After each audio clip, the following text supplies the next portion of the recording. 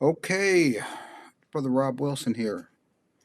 I have something very shocking to you. I'm going to give you a warning right now that I'm going to play this clip in its entirety. This is making the press. This is making the circles, and some of the language you'll hear in the clip, I'm going to let you know it's very intense and it's very graphic language. So this story broke. New York City psychiatrist fantasizes about killing white people. That's pretty intense language right there. I'm going to do a couple videos on this, but one of the quotes, and you'll hear it in the video that I'm going to play next, is she says, and her name is Dr. Aruna Kilanani, Dr. Aruna Kilanani, on April 6th at Yale School of Medicine's Child Study Center. Okay, this is so keep in mind, has something to do with children, via Common Sense with Barry Weiss. One of the quotes is, I had fantasies of unloading a revolver into the head of any white person that got in my way, burying their body and wiping my bloody hands as I walked away relatively guiltless with a bounce in my step like I did the world an effing favor. Had to be careful there. And this is largely, for the most part, going under the radar screen and being defended by the proponents of counter racism or critical race theory. But this is a class and a course given by a psychiatrist for certification, for qualification. This is a qualifying class to keep up certifications as a psychoanalyst or a psychiatrist. So this was required. This was one of the mandatory required offerings to maintain certification. Let's listen to the clip, and then I'm just going to present to you. I have it on another screen, but this is their literature they put out on it, and we'll look that over and see is this really appropriate? I say no, but is it loving? Is it productive? Would this line up with? Are these thoughts and even if you present this, and she's trying to present this as if you don't bring up to the surface your submerged fantasies, then you can't heal from them, and that causes an outburst of rage. But she never once mentions in this interview or subsequent interviews with such as Mark Lamont Hill, which I'm going to bring his interview on. She never brings up, okay, beneath the beneath. You don't just go to the rage fantasies. You have to go beneath the rage fantasies and see what the origin of the rage fantasy is, and the rage fantasy is caused by the underlying belief that is racist, that all white people are the responsibility or the current oppressors of people of color and minorities. Okay, so the whole current systemic racist ideology is the underlying ideology which causes this type of hate and vitriol. Let's go to the next screen. I'm going to play the clip. About killing white people during a speech at Yale University. Dr. Aruna Kilanani making those explosive comments in a guest lecture to medical students back in April. I had fantasies of unloading a revolver into the head of any white person that got in my way, burying their body, and wiping my bloody hands as I walked away relatively guiltless, with a bounce in my step, like I did the world a favor. White people are out of their minds, and they had been for a long time. We are asking a demented, violent predator who thinks that they're a saint or a superhero to accept responsibility. It ain't gonna happen. They have 5 holes in their brain.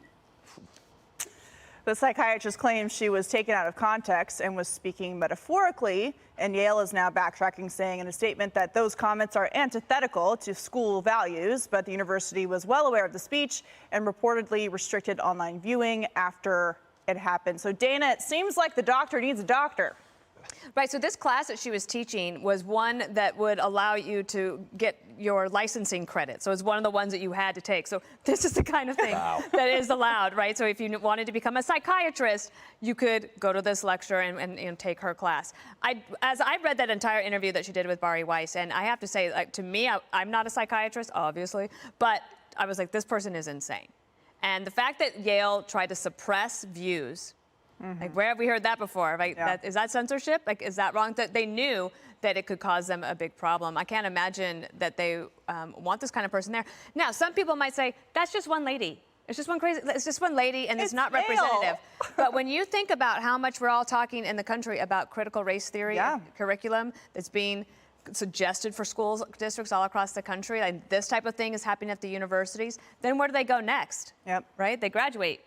Absolutely. You make the point that, you know, this was a class you could take for credits. Well, that means that you're supposed to take what she's saying seriously, and as if this is something that should be credible in terms of an argument. But Geraldo, basically what she's saying is you're allowed to murder white people for the sake of them being white. That sounds pretty racist to me.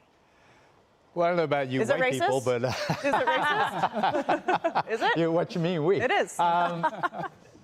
First of all, this absolutely confirms my theory that all psychiatrists are crazy.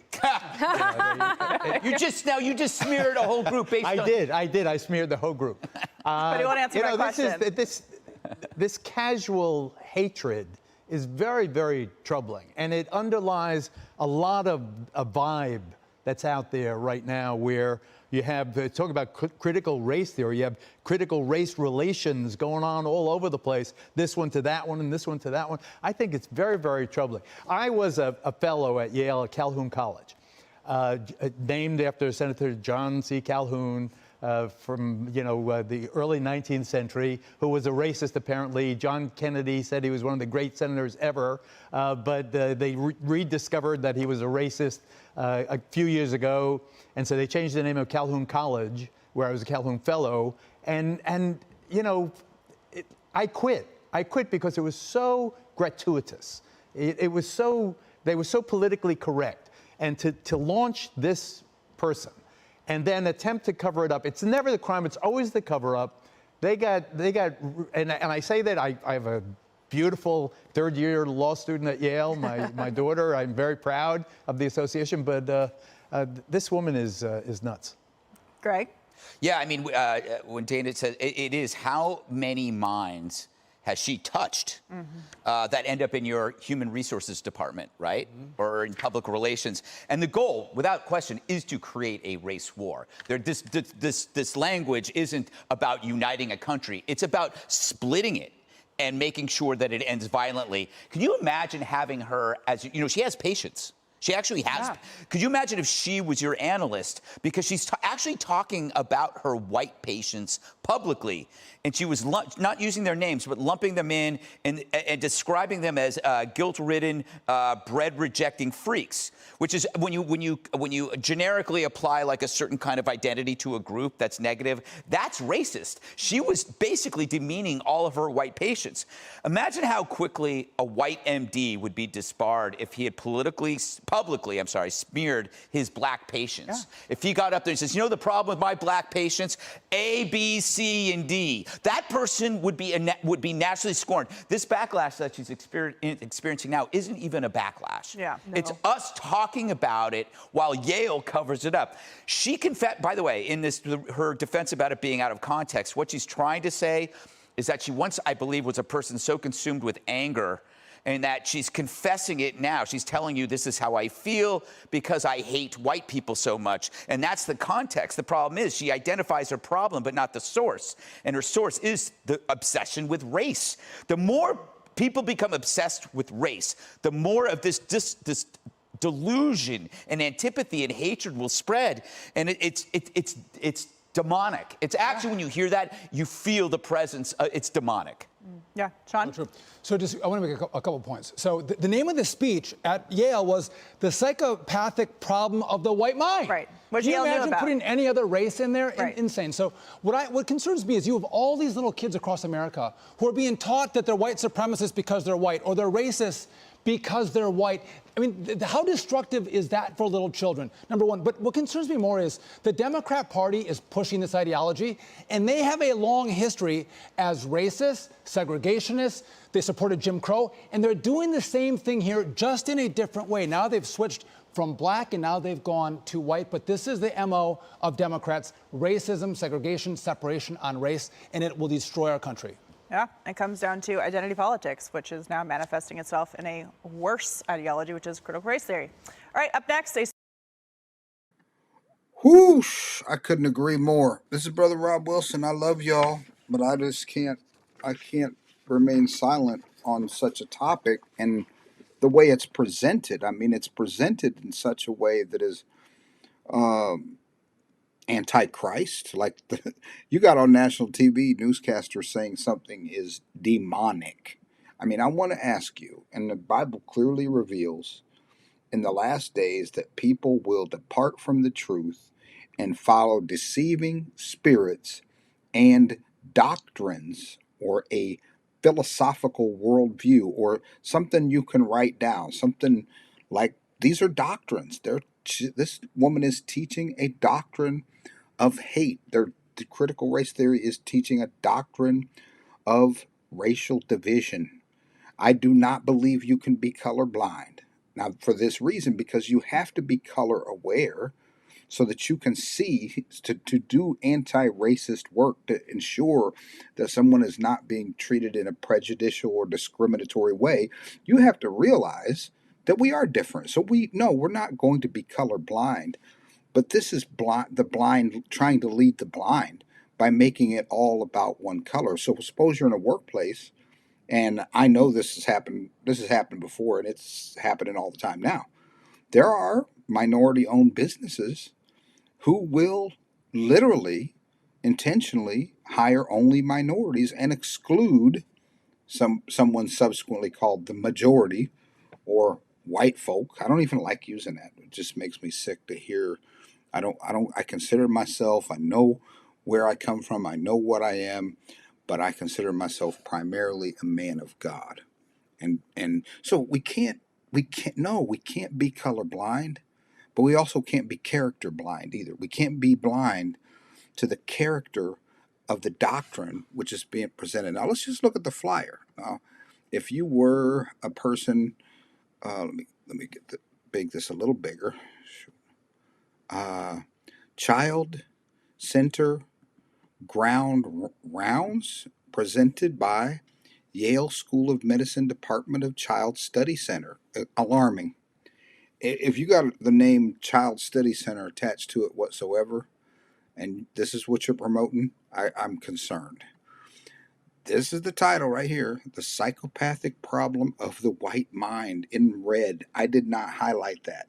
This is their flyer. Speaker Aruna Kilanani, MD, MA, forensic psychiatrist and psychoanalyst. I'm scared. This is how you produce Michael Myers and Jason Voorhees. I mean, so, okay, it was dated April 6, 2021, 1 o'clock. It's a virtual talk. I couldn't stomach saying anything like that to that degree in person, face to face. There's no corporate support for this activity. Praise God. This course will fulfill the license requirement set forth by the state of Connecticut, right there in the middle of the screen. So, let me see. Learning objectives. Let's bring it. It's accreditation. The Yale School of Medicine is accredited by the Accreditation Council of the Continuing Medical Education to provide continuing medical education for physicians. So again, this gives you your certification to keep your accreditation up. Target audience is trainees in child psychiatry, psychology, and social work, faculty, clinicians, and scientists. They are training the teachers of our children critical race theory during and masking it. And this is, let's look what this says, the learning objectives. Let's just try to look at that. Learning objectives. At the conclusion of this activity, participants will be able to set up white people's absence of empathy towards black rage as a problem. What? And she's claiming her confession there was what people need to do. We need to talk about our anger. We need to talk about our rage, bring it to the surface. But she's got the motives right here to set up white people's absence of empathy towards black rage as a problem. No. I mean, you're not empathetic towards rage. Nobody's empathetic about rage. They're empathetic about the cause of the rage, the hurt, the wounds, the feelings, the ideologies that causes the rage. Empathy is what we have towards someone's emotional experience. You can't sit there in the face of somebody who's fantasizing about murdering you and empathize with that. Yeah, I understand why you want to kill me and bury me and walk away without a conscience. And the title was The Psychopathic Problem of the White Mind. Psychopathy is indicated by a complete lack of empathy for others. Psychopathy is also categorized as a condition which seeks power and control. So when you confess to your lust for power and control and murder, I think this is what we call the pot calling the kettle black. And it says here, to understand how racism is part of the mind, that white mind that arose during colonialism with a series of lies around violence. No, nobody's sitting there saying, nobody who's against critical race theory, and this is not even, this is something that's supposed to be in psychoanalytical theory here, and she's bringing race into the class. See, the ultimate design and ultimate desire of critical theory is to bring oppressor and oppressed classifications into every dynamic of the world. Every dynamic. You're going to have critical math theory. You're going to have critical music theory. You're going to have critical theory on everything. Well, that's white music, and this is black people's music. Classifying, identifying, and stigmatizing everything according to race. That's how divisive and that's how troubling that this ideology is. Do colonialism with a series of lies around violence. Nobody's lying about violence. Nobody's lying or trying to deny history. But what people are upset about is the history we're making right now is troubling. Understand how white people are psychologically dependent on black rage. Nah. This is insanity. Dependent. Who wants to see anybody enraged? And this is not about psychoanalysis. Look at this. Everyone talking about race right now, especially, let me have to move this around a little bit. Everyone talking about race right now, especially white people. I'm gonna have to get my piece of paper. And yet white people seem to be losing it. We're losing it. The number of Karen and It's My Right to Not Wear a Mask videos are exploding. How do we understand this psychologically? This is on the assessment. This is on their description of what this class is all about. She's got Karen's written on here and my right not to wear a mask. That's not exclusive. That's not that whole mask debacle was not exclusive to one race. This is insanity. This is going back to that video. The brother said the doctor needs a doctor, or maybe the sister said that.